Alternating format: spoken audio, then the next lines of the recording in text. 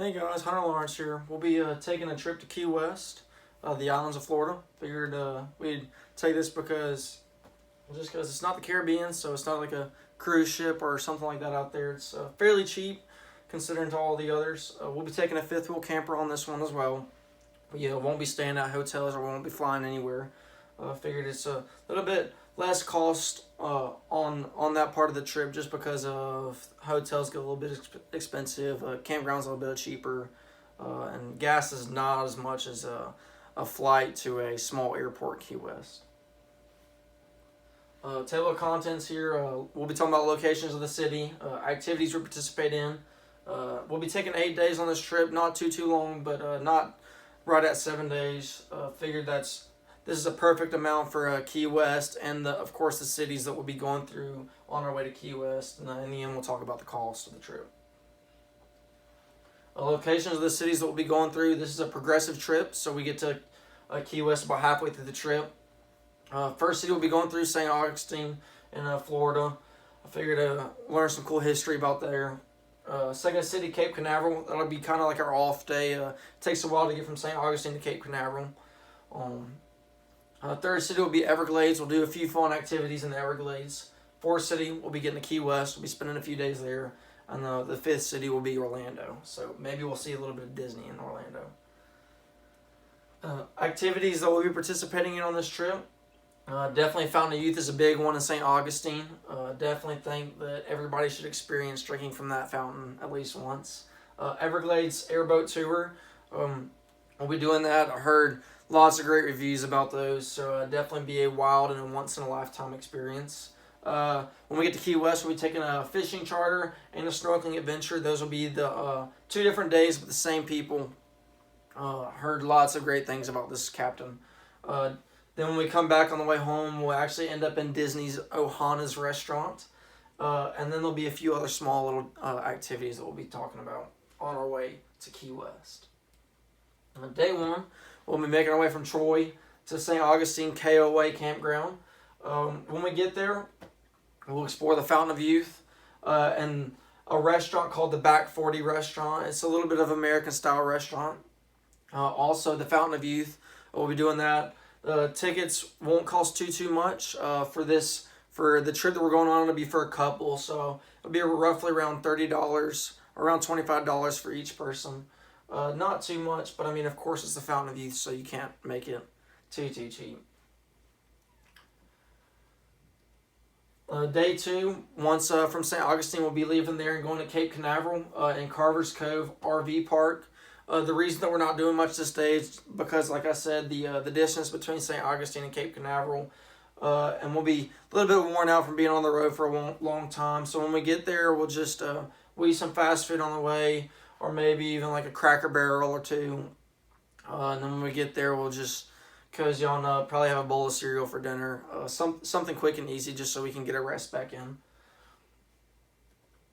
Day three, when we leave from Cape Canaveral, we'll be getting to the Everglades and staying in Everglades Resort Campground right outside of Miami because Miami and the Everglades are right next to each other. When we get there, we'll be eating at this barbecue joint called the Pit Barbecue. Menu didn't seem too bad. Not on the expensive side. Definitely doable for a couple. And also, I mean, it's some Southern Florida barbecue. I mean, can't go wrong with that. Day four, we'll be taking the Everglades Airboat Tour. We'll do that when we wake up in the morning. Heard lots of great things about this the tour is called Everglades Airboat Tour. It's not just a generic name, it's the name of the company. We'll be doing that. We'll see some wildlife from what the reviews have said. We'll go on some little small pocketed islands on the Everglades. Definitely people have said a lot of great things about this guy, so definitely expect some good things out of here. Once we get done with that, we'll be making our way down to Key West, and we'll be staying at Blue Water Key RV Resort. It's a little high end, but it has a little like a canopy area in the back end of where your campsite will be at Key West. I figure we'll do this because I mean Key West has got to feel like home for a few days, and can't go wrong with a little outdoor TV and a picnic area under a straw roof. When we get there, well, we'll just spend the night in the camper. We won't go out and do anything just yet. We'll save that for the next day. Day 5, we'll wake up early in the morning, go on a fishing charter.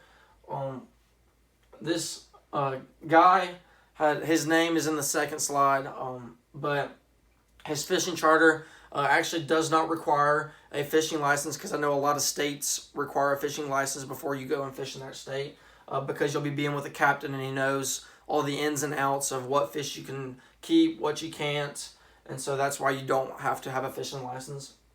We'll be eating lunch on the boat, so we'll be packing some sandwiches, some drinks like that.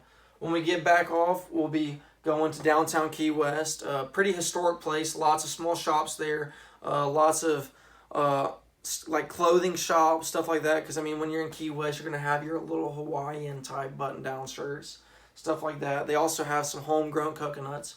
You'll be getting a drink from one of those. And of course, the famous picture of the southernmost point in the United States is down there as well. Day 6 will be Key West Snorkeling Adventure, is the fishing charter as well. We'll be doing him just because it's cost efficient for us, and lots of good reviews from this guy. His name is Captain Chet. He knows on the good days and the bad days. He knows where to go, what's the best spot for the snorkeling adventure. So he's left a lot of his customers really satisfied. When we get back, we'll go to the Seafood Company. I've heard it pronounced once online. Somebody pronounced it, but I can't really say it right. I think it's Connoke Republic Seafood Company. Of course, because we're in Key West, we'll be eating some good seafood there. Can't go wrong with that. Day 7, we'll be making our way back home from Key West. We'll go to Disney's Fort Wilderness Campground. I've actually been there a few times. I highly recommend it. When we get there, we'll be eating at Trails End Restaurant, which is actually a part of Fort Wilderness Campground, so you don't have to travel too far. They have like a southern style kind of cooking, like country fried chicken, mac and cheese, mashed potatoes, green beans, some southern sweet tea, stuff like that. And then when the night ends, if we're not too tired, there's always Disney Springs, also known as Downtown Disney, where we can go and say that we actually went to Disney. Day 8, we'll be waking up and going to Ohana's Restaurant, which is a part of the Polynesian Resort in Disney. It's right next to the Magic Kingdom, for those that don't know. So you can actually get your pictures kind of close to the castle, not too far away. We'll do this because it's a similar lunch to all the other, or similar breakfast to all the other resorts, but it's a character breakfast. And for this couple that we're taking, they attracted to the Hawaiian side, because I mean, of course, we just got done from the islands. Lilo and Stitch will be there for a character breakfast. So, I mean, you get to take pictures with Lilo and Stitch, so that'll be fun. And then we'll be headed back home after that breakfast. The cost of the trip will be around $3,500.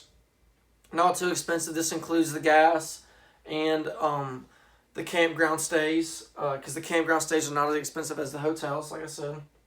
This includes the different restaurants that we went to, the different activities that we went to, like the tickets for the Fountain of Youth, or the charters for the airboat tour, or the snorkeling tour. And this also includes all the groceries that we've accounted for, stuff like that.